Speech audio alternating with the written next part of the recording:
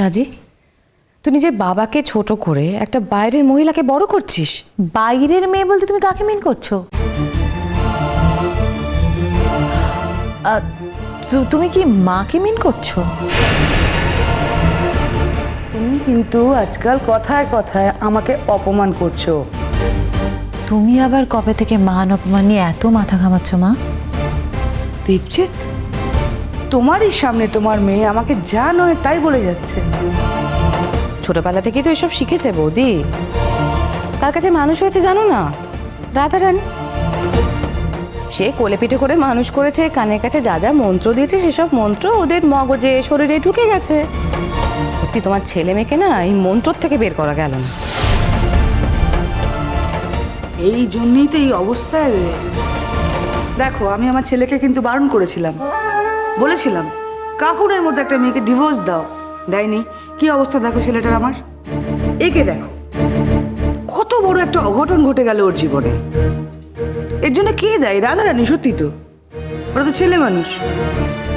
যা যা করতে চেয়েছে তাতে এদেরকে ইন্ধন জুগিয়ে গেছে, যাতে করে এদের ক্ষতির সম্ভাবনাই বেশি। উফ, কি আশ্চর্য মা। আমরা বোধহয় এখানে জিয়া স্বামীর জন্য অপেক্ষা করছি। এখানে দাঁড়িয়ে দাঁড়িয়ে রাধারানীর পিন্ডি চটকানোর কোনো দরকার নেই। মামনি এখানে আসবে না, কিন্তু মামনি বাড়িতে আছে, তাও মামনি এখানে আসবে না। ক্লিয়ার? কেন কেন এমন কি পা ভারী হয়েছে তোমার মামুনির যে বাড়িতে এত বড় অনুষ্ঠান হতে চলেছে আর সে নিচে নামতে পারবে না? চিরকাল তো তিনি এইসব নিয়ে বাড়াবাড়ি করেছেন, তাহলে আজ অসুবিধা হলো কেন? বাবা, মামনি যদি আজ এসব নিয়ে বাড়াবাড়ি করতে না চায়, তাহলে কিন্তু তোমরা কেউ মামনিকে এটা নিয়ে আদৌ দোষী করতে পারো না। কারণ তোমরাই কেউ চাওনি মামনি এসব নিয়ে বাড়াবাড়ি করুক বা আদৌ মামনি এসব করুক। মামনি এতদিন এই সংসারের ভালো চাইতো, মঙ্গল চাইতো, তাই এই সমস্তগুলো করে এসেছে। আজ মামনি সেসব নিয়ে মাথা ব্যথা নেই, কারণ মামনি নিজেকে এই সংসারের বাইরে বের করে আনতে পেরেছে। আর সেটা পেরেছে বলেই কিন্তু মামনি তোমার মুখোমুখি দাঁড়িয়ে লড়াইটা করতে পারছে। বাবা, তুমি বিশ্বাস করো, মামনির এই পাড়াটাকে না আমি জাস্ট স্যালুট করি বাবা। সাজি, যেটা করি সেটা অস্বীকার করবো কি করে? দেখো,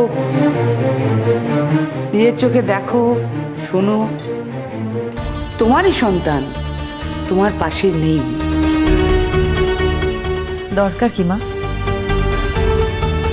তুমি তো আছো বাবার পাশে, আর তুমি তো একাই 100। আমরা কেউ বাবার পাশে থাকতে চাইলেও কি তুমি আমাদের বাবার পাশে থাকতে দেবে? দেবে না তো। কারণ তুমি তো বাবাকে নিজের মতে চালিত করবে, আর তোমার মতের সঙ্গে আমাদের মতের তো দুস্তর ফারাক। সাজি, কিভাবে কথা বলছিস তুই বাবা মার সঙ্গে? আর তুই তো এভাবে কখনো কথা বলতিস না, তাই না? না, বলতাম না পিসিমণি, কিন্তু এখন থেকে বলবো। কারণ আজকে আমার জীবনে যা যা ঘটেছে সেটা আগে কখনো ঘটেনি পিসিমণি। মানুষের জীবন প্রত্যেকটা মুহূর্তে বদলায়। কাল যেটা করেছি সেটা ভেবে আজও যে সেই একই কাজ করে যাব, সেটা ভাবা তো ভীষণ অন্যায় হবে। যেটা তুমি কাল করেছো সেটা কি আজও করো? করো না তো। তাহলে আমার বেলায় আশা করো কি করে, আর ভাবোই বা কি করে? সাজি কি চিরকাল একই রকম থেকে যাবে পিসিমণি? ছোট মমি, ওই জিয়া দিদি তার বরকে নিয়ে এসেছে। ও মা, ওরা চলে এসছে। দেখেছো বৌদি, তুমি দেখেছো কোয়েলের কাণ্ডটা? ও এই সময় বাড়িতে নেই, আর বাবা নতুন মেয়ে জামাই আসছে, কে এখন বরণ করবে তুমি বলো তো? বরণ করার লোকের অভাব হবে না পিসিমণি। কে বরণ করবে? শুনি তার নামটা শুনি। তুমি কি এখন মামুনিকে রাখতে যাবে? না, তার পায়ে তেল দেওয়ার কোনো দরকার নেই। তোমার মামুনি যখন পেরেছে এই সংসার থেকে মন তুলে দিতে, তখন ওর পায়ে তেল মাখাতে হবে না। কে বলেছে তোমাকে বাবা যে মামনির পায়ে তেল লাগালেই মামনি চলে আসবে? মামনি হয়েই গেছে বাবা। মামনির আর কোনো কিছুতেই কিছু যায় আসে না।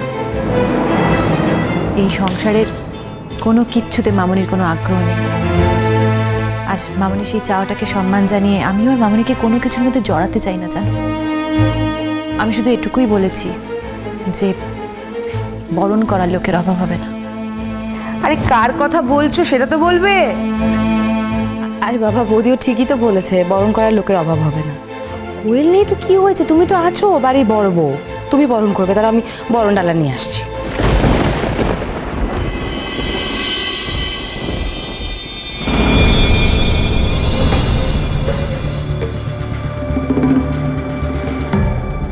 জিয়া, আসতে দেরি হলো তোমাদের?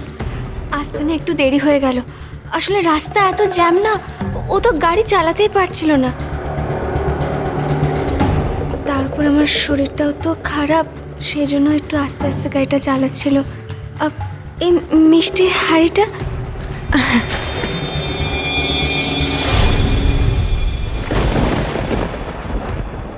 জেঠুমণি, ভালো আছো? হ্যাঁ আছি। আর জেঠুমণি, তুমি ভালো আছো তো? আছি। তুমি খুব সাবধানে থেকো, এই সময় মেয়েদের একটু সাবধানেই থাকতে হয়। আমি তো ওর কাছ থেকে পারমিশন নিয়েছি, কটা দিন আমি এখানেই থাকবো। এই তো এসে গেছি বরণ ডালা নিয়ে। ও বৌদি, বরণটা করে ফেল না। দাদা পিসিমণি, কোথায় যাচ্ছ বরণ ডালা নিয়ে? এটা তোর মাকে দিতে, তোমার বরণ করবে তো। আমি যে বললাম বরণ করার লোকের অভাব হবে না। দাও, আমাকে বরণ ডালাটা দাও। ওকে, তুমি বরণ ডালাটা হাতে নিয়েছো কেন? কে বরণ করবে? কেন আমি করতে পারি না? আমি তো জিয়ার দিদি। আমি জিয়ার ওর স্বামীকে বরণ করে ঘরে তুলব।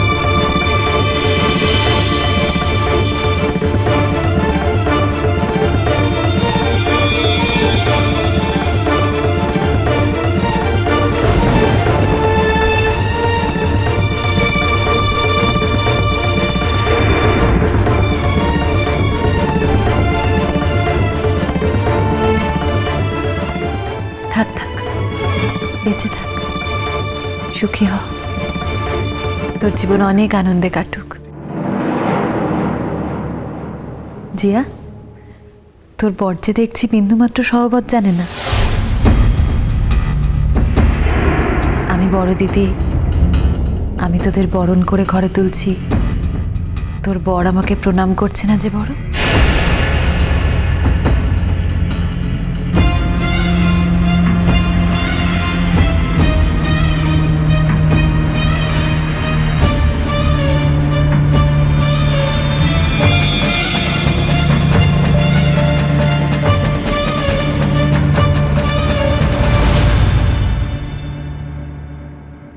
কাকে কাকে ফোন করছো? আরে করো না, কাউকে ফোন করো না, কথা বলো। আমার সঙ্গে তোমার কোনো কথা নেই কাকু। তোমার মতো একটা মেয়ের সাথে কথা বলতে আমার ঘেন্না করে আমার সাথে কথা বলার জন্য আমি তোমায় ফোন করিনি। বাবা এখন আমার কাছে আছে। কি বললি তুই?